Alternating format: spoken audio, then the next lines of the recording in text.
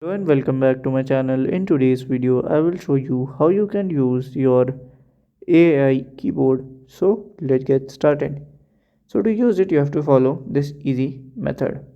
So at here, I will directly search for the AI or I can directly search for the keyboard at my here. So at here you can see the AI keyboard. So from here you have to log in with your account. Okay, so at here you can see it all the things. So just click on there and from here you can see the Microsoft key. So here it is changed. So to use it, I will just use my WhatsApp.